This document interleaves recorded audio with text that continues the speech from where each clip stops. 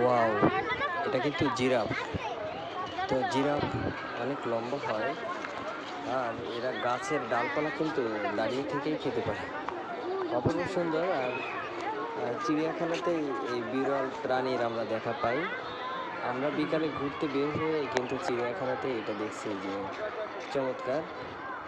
তাদের গায়ের যে সৌন্দর্য, চকচক, এবং দাঁড়িয়ে আছে মনে হয় যেন ছবিতে আঁকা একটা প্রাণী, বাট এটা সত্যিকারেই দাঁড়িয়ে আছে।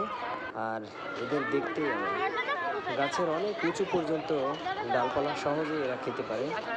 আল্লাহ পাকের একটা মেহেরবানি যে এরা এমনই প্রাণী যে নিচ থেকেই উপরে ডালপালা খেয়ে ফেলতে পারে।